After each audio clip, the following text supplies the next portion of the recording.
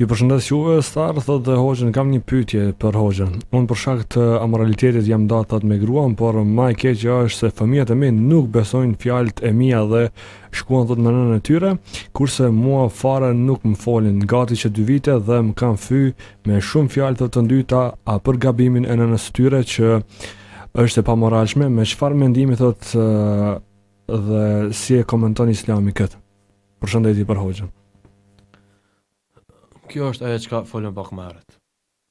Se për shkak se njerëzit nuk janë mbyllën vetit, rrugët e amoralitetit bijnë në amoralitet. Kur bijnë në amoralitet, atë ndodhin tek përçarjet, ndarjet në familje. Fëmijët jesin, fëmijët nuk dinë çka më bë. Fëmijët zakonisht i besojnë nanës më shumë. Fëmijët zakonisht i besojnë nanës më shumë. Edhe nuk mujnë me paramendu që nana e tyre më bën një gjë të tillë. Po mendojnë që është prej xhelozisë tepër të burrit për shembull, të babës. Pejgamberi sallallahu alajhi wasallam thotë me një hadith: "Men taraka shay'an lil awadallahu khayran minhu." Kush e lën nisan për hir të Allahut, Allah e zaventson atina me një më të mirë.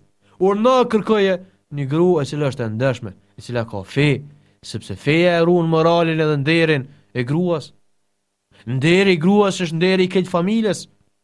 Ne dim raste të atyre njerëzve cilët e kanë ditë që gratë të tyre janë pamoralshme, edhe kanë vazhduar me jetu me to, ka ardhur në fund, jo vetëm që nda, po ndoshta edhe këtë vrasja nga njëra palë.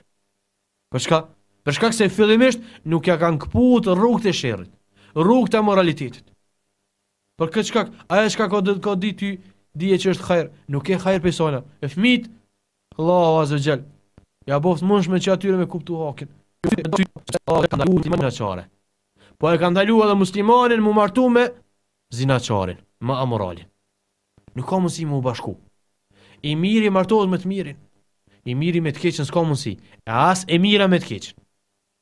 Mi po, ajo çka këshillojmë është që njerëz me pas kujdes, me kput rrugët amoralitetit.